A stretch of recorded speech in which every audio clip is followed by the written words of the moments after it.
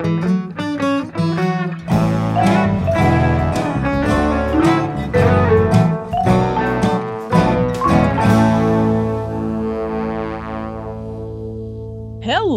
everyone, and welcome to another episode of Keep It Fictional.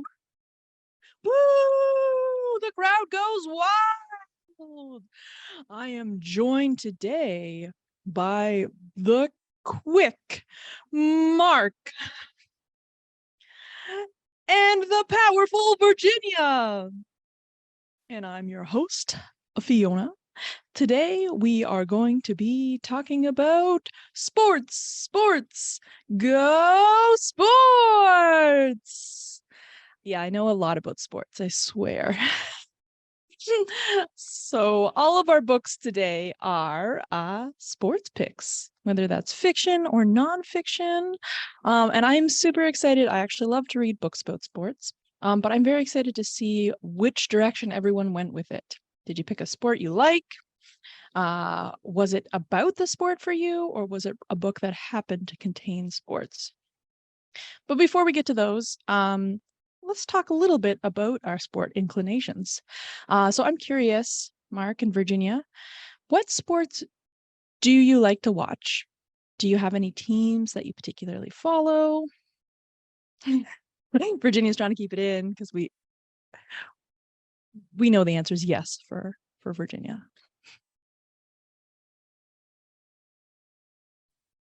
You go first, Mark. Well, I guess for me, the answer would have to be baseball. I do watch a couple of different sports, including baseball and hockey, but I guess these days I tend to watch a lot more baseball than hockey, just for whatever reason. I've tended to drift more in that direction lately. But although like the team that as I've mentioned before, that I associate most with is probably the Vancouver Canucks. So there's still that connection to that sport there.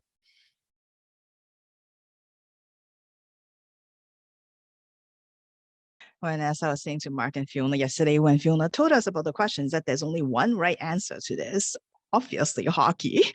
And just ever since I found out that Mark is a Canucks fan, I decided today not to wear my Calgary Flames jersey because I don't want him to recoil in disgust. So I just got my Jets jersey on. I hope that that's a little more neutral, maybe, Mark. Yes, he's nodding his head, maybe. I don't know how he actually feels about the Jets, but figure that's more neutral, probably. Anyway, yes, so hockey definitely. Calgary Flames is my team always. But I would also say, like, I think if I were to like a real sport, definitely hockey that I pretty much only watch. But during the Olympics, I would say that I probably pick like weirdly, I will watch like diving and volleyball. I don't know why, but those are the two things that just something mesmerizing about diving. I don't know what it is. And yeah, and then and of course, if it is fictional sports like sports anime, I will watch anything. It doesn't even matter what sports it is because it's always good. Somehow they can make things that I hate, like American football, exciting. I don't know how, but so yeah. Fiona, how about you? I'm not actually very into watching sports. I would rather play them. And I recently rediscovered soccer, which has been a lot of fun. But soccer is also my answer for watching. Like every once in a while, a World Cup or Olympics, I will just get really into it and then forget all about it until the next time. So I'm excited because I think we just won a bid for FIFA. So that is going to be very exciting, maybe like 2023 or something like that. 26. 3 years. What are years these days? But I totally agree with you, Virginia. Like anime and manga make sports like the weirdest sports you didn't know you could care about. They make them so good. Like ice skating, why would I watch ice skating? But ice skating anime, I would definitely watch it. So that's actually one that I love, the Winter Olympics, and I like watching them with my family. And for whatever reason, ice skating is what we watched. All right, let's turn our attention to books now, because there is a wonderful, wonderful coexistence of sitting and reading and sports because you can read about sports. What a gift. So Mark, what have you brought us today? So today I will be talking about Real by Takehiko Inoue. It's a manga series. It's not the first, it focuses on basketball is the main sport aspect of this series. And it's actually not the first basketball series that this author has done. He did another series in the 90s that was very, very, very popular in Japan called Slam Dunk. It was a huge hit in the Shonen Jump magazine, which is where like a lot of the top series like Naruto and My Hero Academia are from. And even though both of these series involve basketball, they're actually very, very different in tone and content. Whereas in Slam Dunk, it sort of follows like kind of archetypal storyline that you like we were just talking about, like a lot of sports, anime, and manga. It's where it's like you have like a ragtag team of down and out school that's not popular or not very good anymore, but then you suddenly have the team come together and rise up through the ranks again to reach the national championship or some such thing. That's sort of what Slam Dunk was kind of like from what I hear about it. I haven't actually read it, but that's sort of the general idea that I've gotten from it. Whereas Real is very, very different. In this story, many of the characters are dealing with many issues, particularly disabilities, as two of the three main characters have a physical disability. So in this series, it focuses much more on like the sort of, I want to say gritty, to use that kind of like cliche kind of term, but much more serious aspects of these people's lives and how it relates to their passion for basketball. So and also in this series, sometimes the main characters do sort of intersect, their lives intersect and meet together, but in many ways they also diverge. So many of the chapters, they'll focus on one particular character before transitioning back to another character. So even though they do know each other in sort of distinct ways, they don't always, their stories are very much separate in that way as well. They're not necessarily tied together by a particular team or a particular goal that's shared between them. They just sort of have a shared passion for basketball. And the first of our three characters is Tomomi Nomiya, sometimes delinquent who frequently is getting in trouble at school. He has also stylized his personal appearance after early 2000s Kobe Bryant.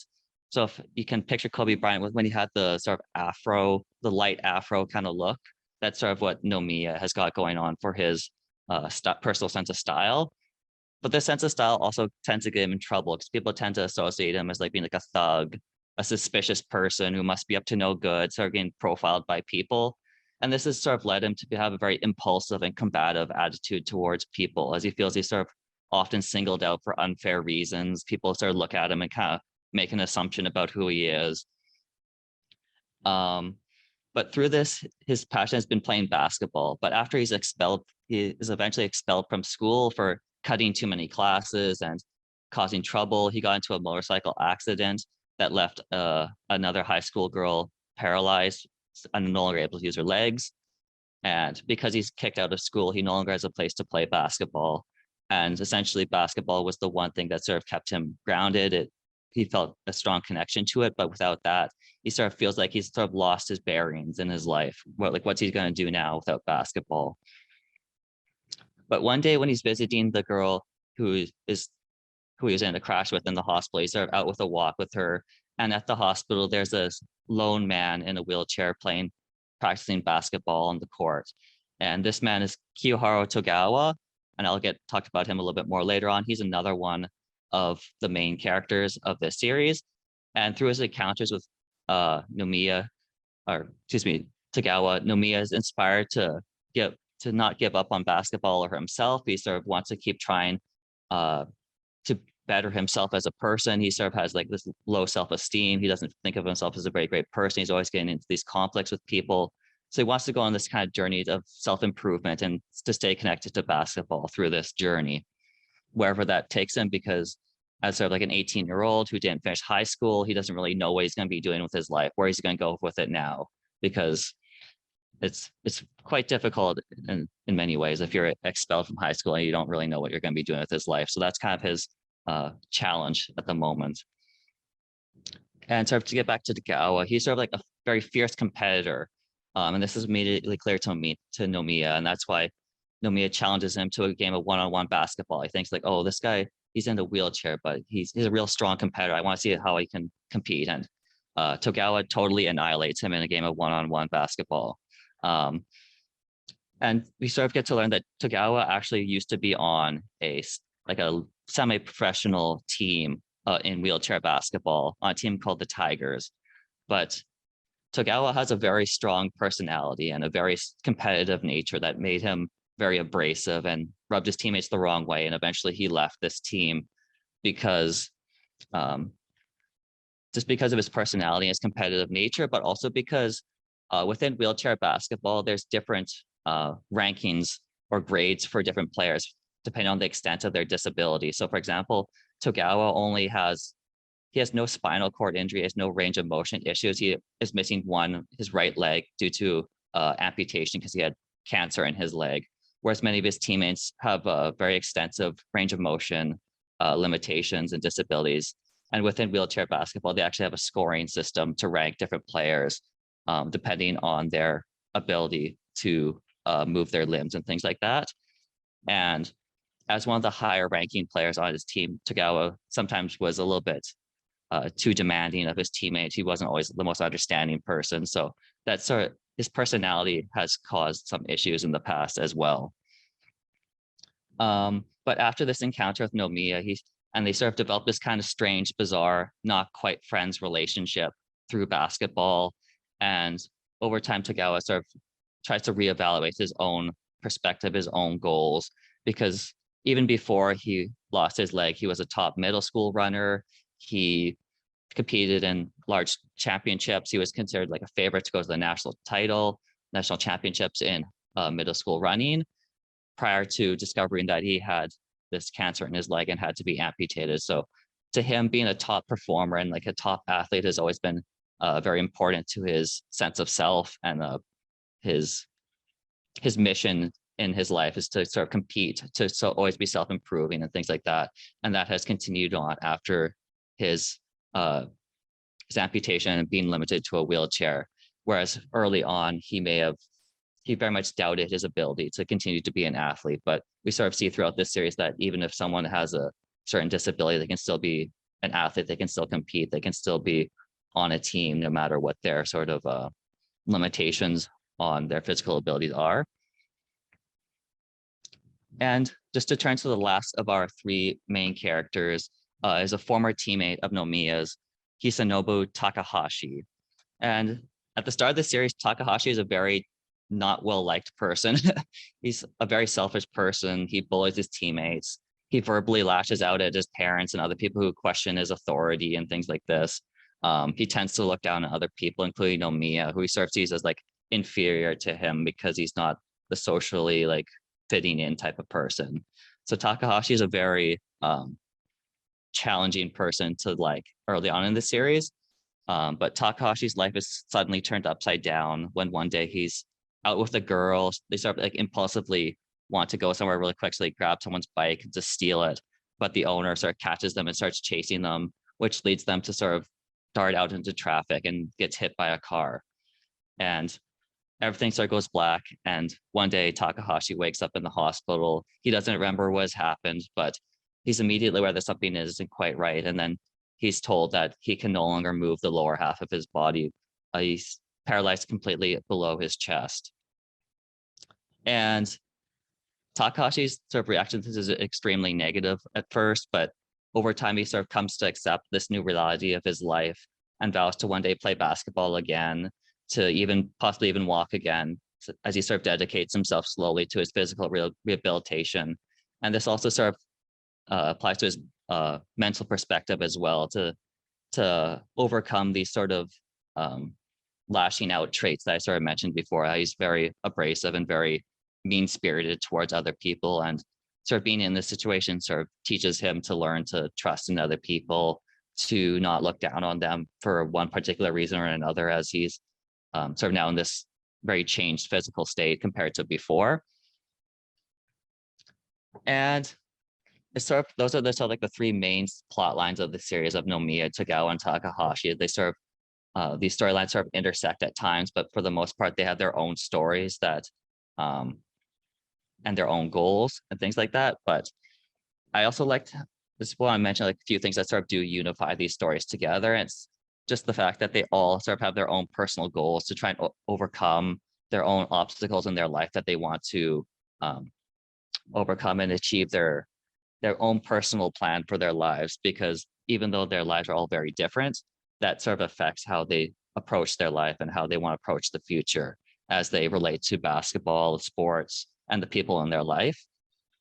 So very so just in general, it's a very realistic take on disability. You probably, if you don't know already know a lot about like wheelchair basketball or the types of abilities that different athletes who compete with a disability have, then I think you might also learn a few different things about that aspect of people's lives, those kinds of sports that don't often get talked about a lot.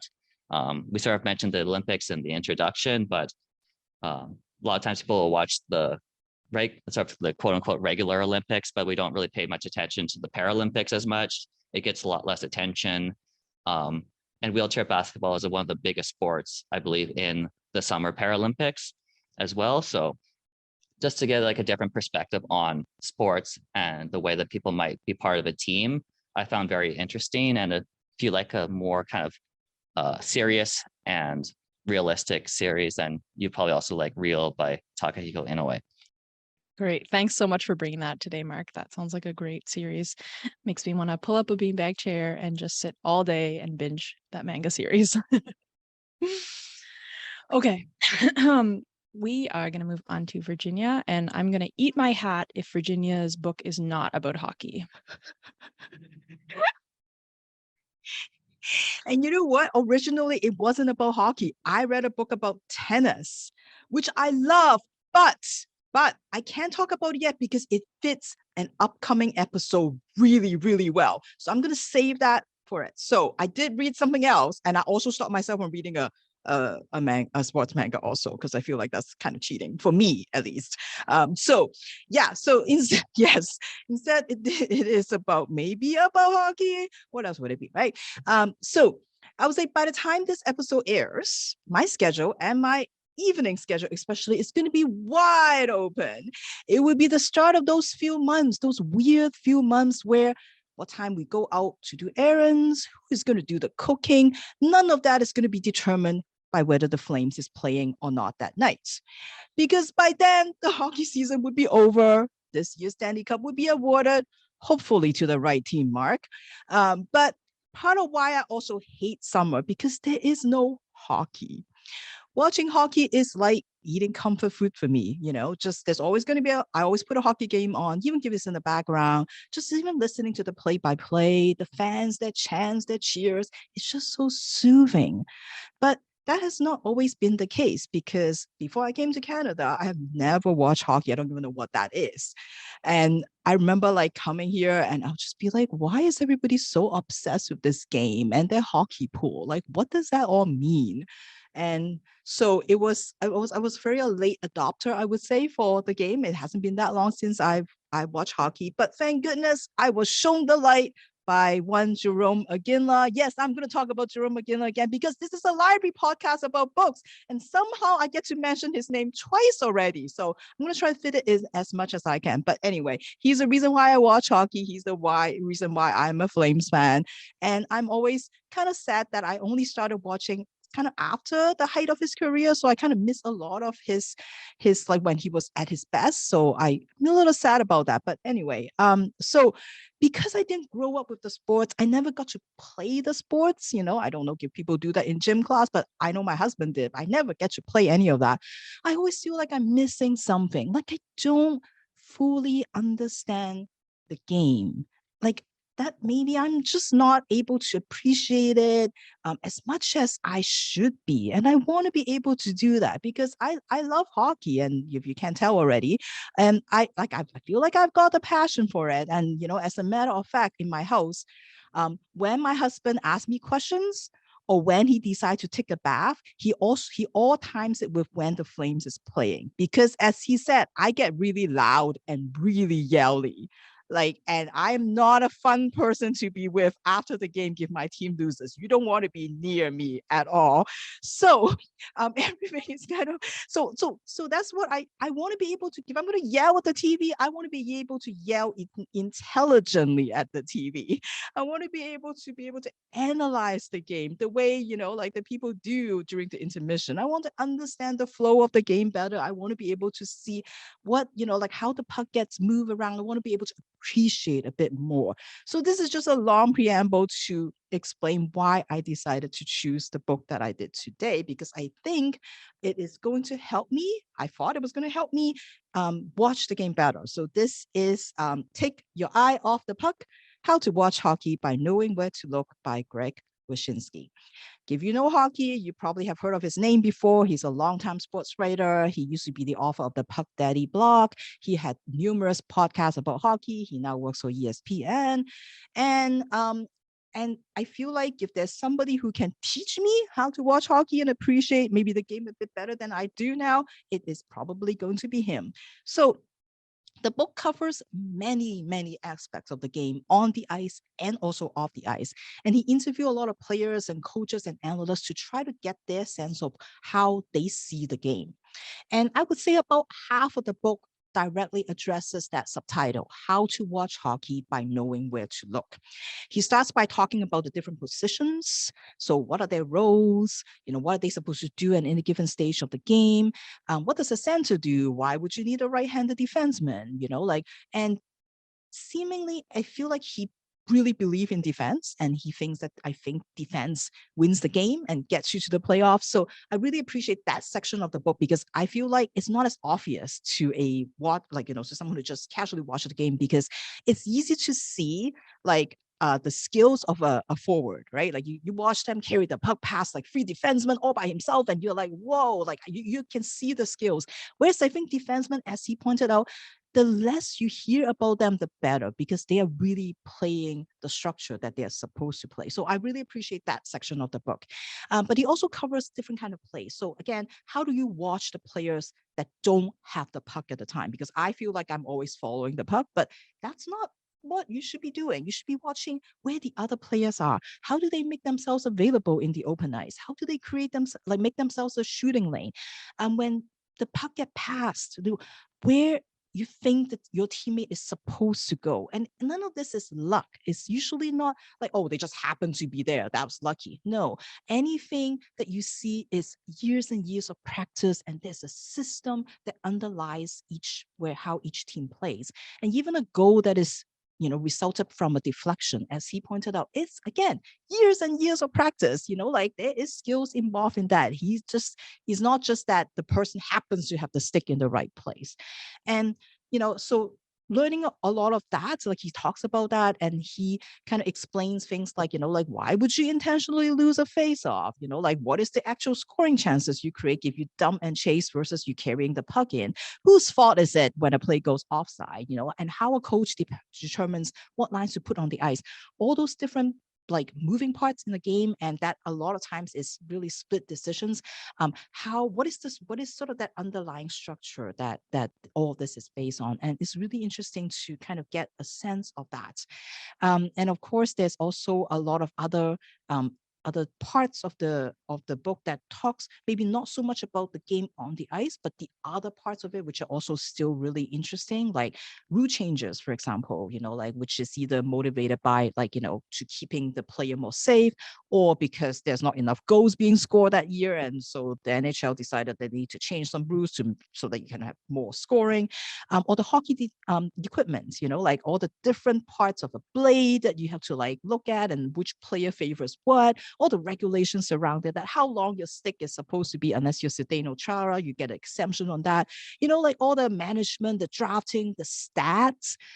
So he gives you a little bit of information about each of them. Now, I think after reading the book, I definitely feel like I know a little bit more, but I feel like I want a little bit more than what he has given me. I want a little bit more in depth. I would love to get into sort of more the coaching mindset. How do you create these plays, like on a power play, like what is the set plays that you practice over and over again? I would love to learn a little bit more about that. I feel like I got a little bit, but maybe not enough. I also feel like despite the book having a lot of like, it covers a lot of the basic concepts, like even have a glossary of all the different hockey terms. I feel like if you don't watch hockey already, this might be a little overwhelming because he's writing for audience who kind of already know a little bit of the game. He's making references to games and players that if you don't know them, it would make really no sense. So I feel like it's kind of, I'm not really sure whether this is like the right primer for like a beginner. But if you watch hockey then and you want just to a little bit more, I think this would be a good book for that audience. And it's clearly written by someone who loves the game. And I feel like your mileage may vary depending on whether you like his puns and his bad jokes. It is approachable. It's definitely approachable style, but so it depends on whether you like his writing style or not. But it was definitely interesting. It came out, and I mean he references a lot of plays and a lot of players that I know. So I'm like, oh, maybe I have watched hockey longer than I thought I have. So it was interesting, like, and that's kind of why I thought like I'll go with a nonfiction, even though I don't read nonfiction. But for hockey, I will. And if you're looking for sort of just to get to know the game a little bit better, this would be a good book. So it is Take Your Eye Off the Puck by Greg Wyshynski. Thanks so much, Virginia. Thanks for bringing a nonfiction. What a great thing to do during the down season. Just read all the books while you anticipate the next season. I actually had a hard time choosing a book today because I have discovered LGBTQIA plus YA sports fiction. So I realized that I actually love to read about sports, but I'm not as interested in reading about straight white male sports. So when you come at it from any other angle, pretty much, I love it. And I love reading about athletes in particular. I'm kind of harkening back to a previous episode where we talked about nuns. It's that same kind of like single-mindedness of someone who has a goal and really knows what they want to do with their life. And I really, really love characters like that. So you're always going to find those in sports fiction. So I did end up choosing a book today that was actually on my most anticipated list. And I think it just came out like maybe a couple days ago. It is Home Field Advantage by Dahlia Adler. And interestingly, this is about football. And like when Virginia said, I don't really care about football, but manga can make me care about it. I hadn't really thought about that. Like, yeah, I do not care. It's written in it's an American book, so it's written about a high school football team in the States, which is so uninteresting to me. But it's actually about a female QB, and ultimately, it's really about patriarchy in sports. So for me, that totally made me care about the sport. This is also like one of like 3 books I read recently where the love interest is aspires to be the head cheerleader, which is not really something that I thought I would be into, but this kind of subversion of it being this like American ideal. She's the American ideal girl, but then it's not just a like male-female romance. Actually makes it sort of interesting. So that is kind of the crux of what I loved about this book. It is one half rom-com, like sports rom-com that's totally like kind of like tropey and idealistic, and in the end everything turns out okay and they win, but they also smash the patriarchy. So it's also very reflective, and especially on like internalized homophobia. So the book is about Amber, who aspires to be head cheerleader next year. And with the way things are going, it looks like that dream will come true. The football team has recently lost their QB, Robbie, in a drunk driving accident. This is very sad for most of the team. And it's something they're constantly thinking about. However, for Amber, it's hard to hear them all talk about how great Robbie was because she knows that he actually was a pretty horrible person. Amber is in a relationship, kind of, with Miguel.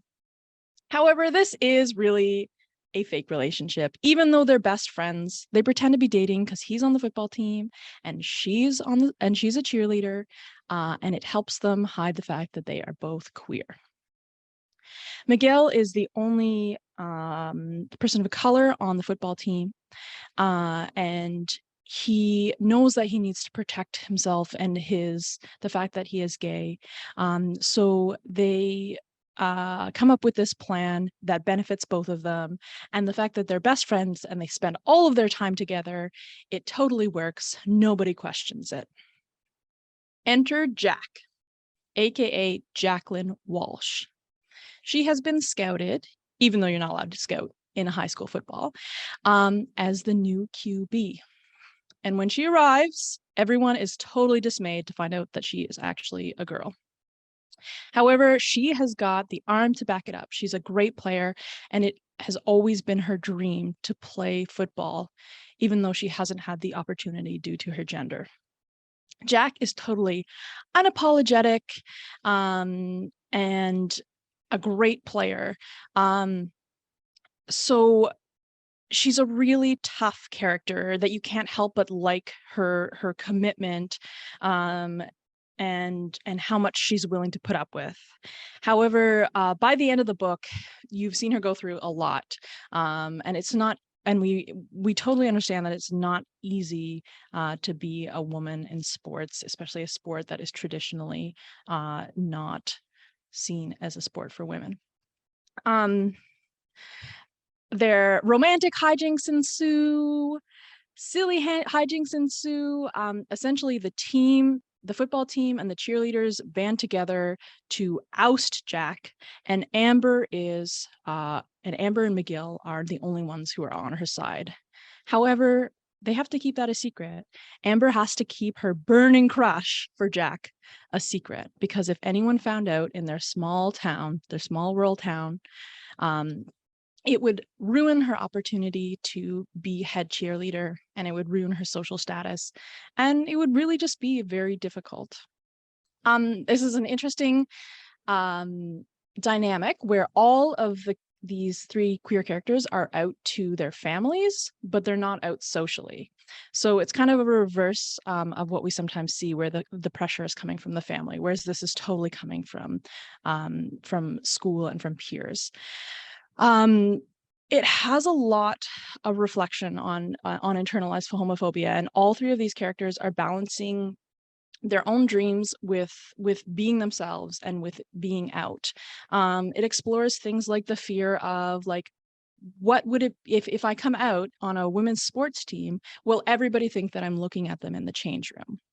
And these small, I think, really meaningful things I've never seen explored before, that were, they really hit on something for me, just to see these characters go through these minor things, these things that seem like minor thoughts, but really kind of get to the core of how hard it is to be queer in sports sometimes.